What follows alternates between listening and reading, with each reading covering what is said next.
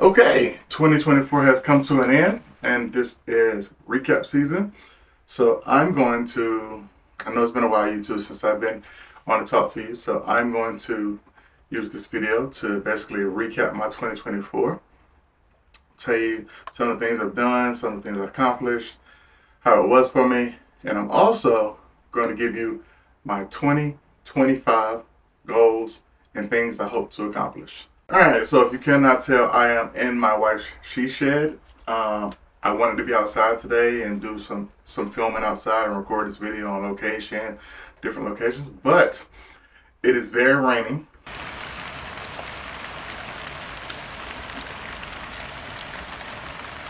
So I did want to get this video accomplished before the end of the year. So here we are. I'm going to be in my wife's she shed in a little different location. The kids are in the house and they make a lot of noise. So this is where my wife comes to create all her sewing stuff and her arts and crafts and her videos and everything special that she does. So I kind of feel inspired in here, talk a little bit about 2024, what I've done, and 2025, what I plan to do. So let's start with 2024.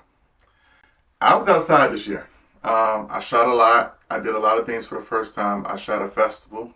I worked very closely with the Buy Black Guy on different projects.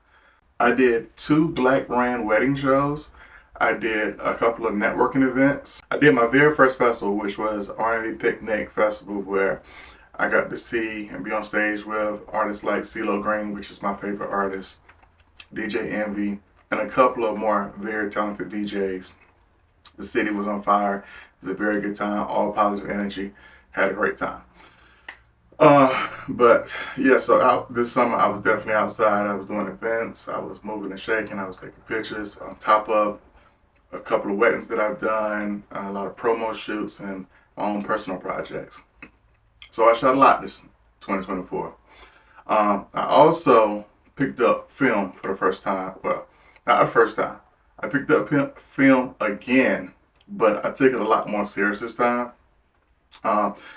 With those that are already following me might have seen a lot of the videos I have on my YouTube trying film again and things of that nature.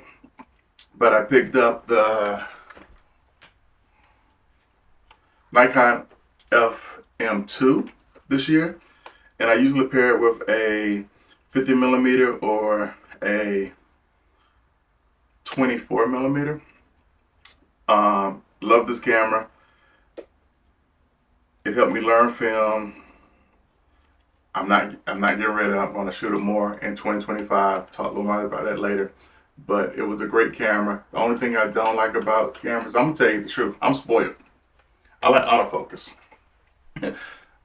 Autofocus is one of the things that saves my life. The long process of actually focusing on a picture kind of bugs me sometimes, because you never know you get it right, especially on film, because you can't check it immediately and take the picture again. So you gotta like hope and wish and just do all you can to get a great picture.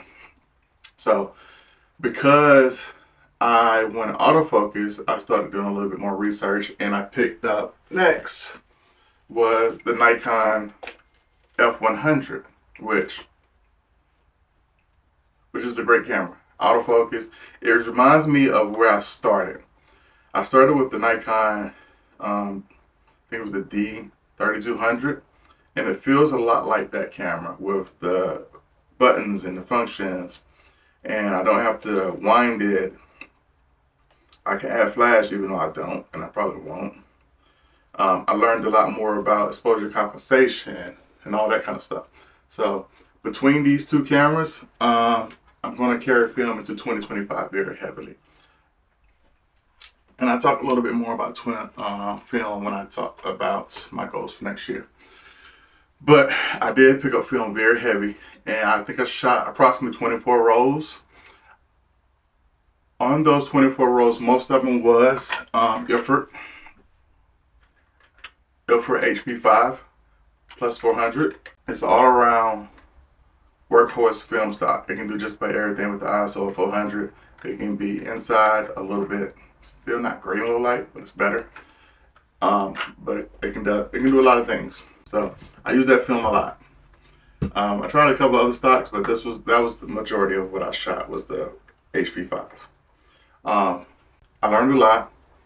One of the things I learned along the way is I definitely like portraits and shooting people. I feel like having people in your film or people in your frame gives the picture more of a storyline and more of a soul. I have shot random stuff like flowers and micro lenses and landscapes and stuff like that, but those pictures I don't gravitate as much to as I do with the pictures that have people in it and people moving and gives a better storyline. Film was a high point of my year. I usually get my film developed and processed with a lab in California called the Darkroom Labs. Great company. They have a very fast turnaround, and they haven't failed me yet. So shout out to the Darkroom Labs. I appreciate everything you've done for me. So yeah, 2025 is coming up in a couple of days, and I plan on having 2025 be a very creative year for me. Some of the goals that I plan to accomplish, one being I want to do a 365 photo project. This will be my third 365 photo project. I did one in 2021, I did one in 2023, and this one will be in my third one for all of 2025. And what this is basically just take one picture, at least one picture a year for an entire year. And the cool thing about it is I look back on my 2021 and my 2023 recently, and I kind of can remember my entire year just by looking back at those photo projects. 2021 had black and white as well as color, a lot of color because I was still shooting a lot of color back then. But by the time I got to 2023, it was all black and white. And I think 2023 is when I really dove into that monochromatic world and really focused on learning black and white. And I will say that that 365 project is one of the biggest things to help me learn it. So starting 1/1/25, I'm gonna dive back into this mindset of keeping my camera with me at all times, looking at my surrounding areas and looking at my scenery, looking at everything around me to see what would be an interesting picture to help document my 2025 year. And another special thing about 2025 is actually my 10th year of shooting, well, of doing photography seriously. I did photography as a child, Polaroids, disposable cameras, all the normal stuff that we did. But seriously, I started in 2015. So 2025 will be my 10th year of actually seriously doing photography. So I plan on trying to document, or I plan on documenting 2025 in its entirety. But not all my creative process is going to be photography. So I am an artist. I paint and I draw. I got my degree from North Carolina A&T State University, IU Pride, in visual arts and designs. So I am a painter and a drawer. I do want, another goal for me is I do want to do a large scale paint. Now this is going to take some time for me because I haven't painted in a long time. But right now my mindset is basically to figure out what my subject matter is going to be, start sketching more so I can get back the creative juices flowing and kind of like lay everything out. So I want to sketch more, get a sketchbook, and actually get a sketchbook I like. There's two things in this world that is very hard for me to buy, and I could never seem to get one that I actually love, and that is a sketchbook and a camera bag. I've had the most sketchbooks and the most camera bags, and none of them have ever been absolutely perfect for me. But I'm going to find something that will at least get me started. Heavy paperweight, something that I can do markers with, as well as color pencils and stuff of that nature. One of the things I love about this art journey is that my daughter is an artist, 6 years old, and one of the things she asked what she asked the most for Christmas was art supplies. She wanted markers, she wanted color pencils, she wanted sketchbooks, she wanted contact paper. She loves tape. So we really bond over that drawing thing. You know, she asked me different questions about drawing and stuff like that. Even at 6, she's such a talented individual, and I love it. So I'm going to nurture that, and I'm going to help her with that process. And I think if she sees me in my artistic expression, if she sees me in my artistic growth, it might further nurture hers. So me and my wife have to talk about where I want to set up. I want to get a large scale easel, and I'm gonna set it somewhere up in the office area. Our office area is is very, very full right now. That's where I usually do my recordings. But kind of figure out somewhere where I can put a easel. So by the time June or July come, I'll be ready to start painting. And again, it is gonna be a perennial process for me. I might do some smaller ones to get started, but I don't know if I want to do oil or acrylic. It's either gonna be oil or acrylic. I'm not really dealing with watercolor. Not because I don't like it, just because I don't like it. So it's either gonna be oil or acrylic. I usually do acrylic, but something about oil has been calling to me lately. I haven't done it since college, so I might jump back in and kind of learn oil a little bit more. So the biggest two projects for 2025 will be my 365 and will be rekindling my love for painting and drawing. But I have more stuff I want to accomplish. I have more goals that I want to set. So we talked about my biggest two goals, which is the 365 project that will be going on all year next year. If you have any suggestions on images that you would like to see, drop in the comments. Like I said, I do like to focus on people, so I'm gonna try to get as many people or person-based images in the 365 as much as possible. Like I said, I have more goals that I want to accomplish 2025. One being film. I want to further my knowledge base and my love for film photography. My main camera would be my F100. And like I said, I do like the F100. It reminds me of the camera I started with. But I also have a lot of lenses that I can use with this lens, being that it is autofocus. I did use my 7200 on it one time. I absolutely love the images. So I have a 7200 that I want to put on it. I have 100 macro that I probably used in with it. And the 50 millimeter, of course, I'm using the most. I've been looking at medium format cameras for a while. And of course, everybody, I've been saying for the longest that I'm gonna stick with 35, I'm gonna stick with 35. But something about that 120 is calling to me. And I'm really thinking about the Pentax 645 or the Mamiya 645. Let me know if those are great cameras or you like them, or if you have one or you any suggestions for one. But the thing about medium format is I'm not rushing it. So I'm going to wait until I find a halfway decent price or a good price on a camera before I actually pull the trigger on one. So it's not something I absolutely need, but it is kind of a want. So if I do come across one for a good price, or I do happen to stumble on something, then I might pick up me a medium format and test it out a little bit. Also, with the film world and photography world, I want to do more YouTube. YouTube's not easy for me. It's not easy recording this stuff. It's time consuming. I don't have the most ideas, but I do like the aspect of documenting my life. I have a video that is probably 15, 16 years old on YouTube from when I was doing martial arts. And I can still go back to look at that video now that's on YouTube, and I was like, oh man, I was young. I was doing martial arts, mixed martial arts, and jiu-jitsu, and I actually enjoyed everything about it. And that was on before film even really started.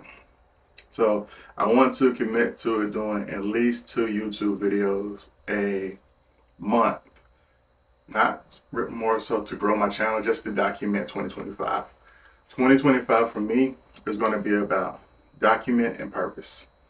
2024 was about simplicity and authenticness.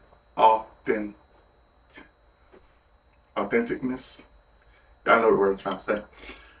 My wife put it on the screen for you. But yeah, simplicity and authenticity was 2024 for me. So 2025 is going to be about purpose and documentary. I want to actually be able to look back on next year and say, I can remember 2021 vividly, and I can remember 2023 vividly. So that's also a good thing for me. So YouTube and film is going to be a high focus for me. And also, maybe a little secret goal is I might get into some sewing. I've been thinking about getting into some sewing. I've got a lot of machines here. So I might get into some sewing and see what I can do. I'm not gonna make a promise on that. I might get on my wife's nerves and I ask her to teach me. She says she's gonna teach me how to sew, but I don't believe her.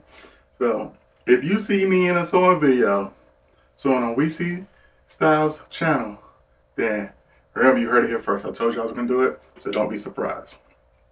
And she might make me make my own channel, Mr. Weezy Style channel, maybe coming soon. Look for it. Look for that. Mr. Weezy Style. I love it. So yeah, I think I covered majority of my goals. I kind of kept the goals on this video creativity based with painting and photography and all my artistic journeys. I do want, like I said, I want to get back into sketching more, so I can find me a sketchbook. I think I might want to print me out a couple of images too. It's been a long time since I actually printed an image physically and really look at it. So with 2025, I'm also going to be laying some of the groundwork for doing a gallery showing and possibly a coffee table book. We've been talking about a coffee table book for 4 or 5 years now. It's about time for me to actually go and pull the trigger. I think with the discovery of film, it has kind of like made me think a little bit more about how I want this coffee table book to look. Do I want it to be digital? Do I want it to be film? But I plan on putting the groundwork for it. I'm also gonna continue building my relationships with the people in my community. I live in High Point, North Carolina, which is right here in the Tri area. So you can see me doing local shows. I'm trying to get out in the community more. Do the Black is Beautiful Bridal Show again. That's supposed to be in Charlotte this year, so we can come down south a little bit. I do want to take a photography trip with some of my boys. Haven't taken a photography trip yet. Thinking about Virginia Beach. It's a very, very large photography community, a model-based community at Virginia Beach that me and some of the boys are talking about. Going to do a shoot or a couple of shoots there. Also maybe a workshop or two. The possibilities are endless. I do want to stay very, very busy with photography and painting and anything art-based. So follow, subscribe to the channel, drop some comments, see if you have any ideas. Because I do plan on documenting and letting y'all come along with me on this journey so we can make sure that we keep each other accountable, making sure we're taking our pictures every single day, making sure we're critiquing each other. I accept feedback on anything. I don't care where it comes from, how it comes. If you don't like something, tell me why you don't like it. If you love something, tell me why you love it. Subscribe to me on YouTube. Follow me on Instagram at iChopWithPanda. My wedding page is KK Crump Photo. The rest is my weddings and my product work and my maternity and my family type stuff. And then my film work is on another page called Based on a Poetic Story. So, because that's really what I view myself as a visual poet. And I think film actually speaks to that visual poetry more so than digital. So, Based on a Poetic Story is where my film images live. Alright, so if you have any questions for me, please drop them in the comments. I appreciate you coming to listen to me and we talk about 2024 and what I plan on doing in 2025.